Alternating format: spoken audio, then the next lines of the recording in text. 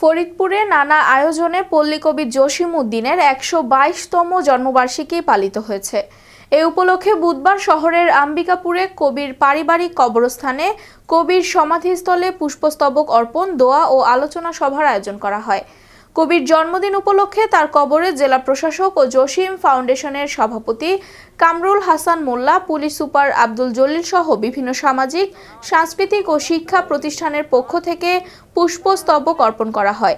অতিরিক্ত জেলা প্রশাসক ইয়াসিন কবিরের সভাপতিত্বে আলোচনা সভায় বক্তব্য রাখেন জেলা প্রশাসক কামরুল হাসান মোল্লা, পুলিশ সুপার আব্দুল জলিল সহ আরও অনেকে। আব্দুল জলিল পিটিএম কবি পরিবার প্রফেসর আবুল সামাদ স্যার সহ অন্যান্য শিক্ষাবিদ সারা বেশি উপস্থিত আছেন। আমাদের ফরিদপুর একটা অন্যতম একটা দৃষ্টান্ত, যারা এসেছেন তার জন্য দোয়া করার জন্য তিনি তখন ক্লাসের ছাত্রছাত্রীরা আছে, বিভিন্ন ক্লাসের এই ছাত্রছাত্রীদের